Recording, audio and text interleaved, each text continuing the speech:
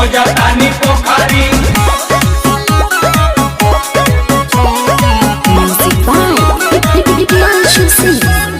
रोतानी बालाटी में रंग पानी घोर के कहाँ गिरंग। अरे रोतानी बालाटी में रंग पानी घोर के मन करे फेंकी पिचुकारी अपन तोड़ के। चल गइल माल काल होलिये में छोड़ के।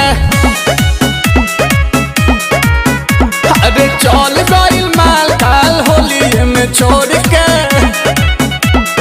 कहाँ गिरंग।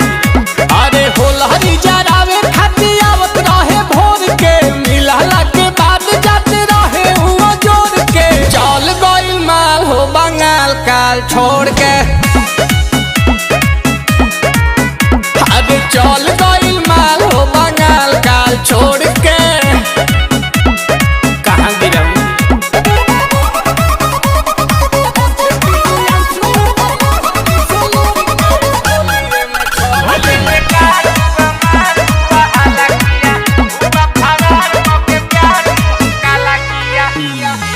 ओढ़नी में बांध के ले आवत रहे पुआ। खाके हमर दिल बड़ा देते रहे दुआ।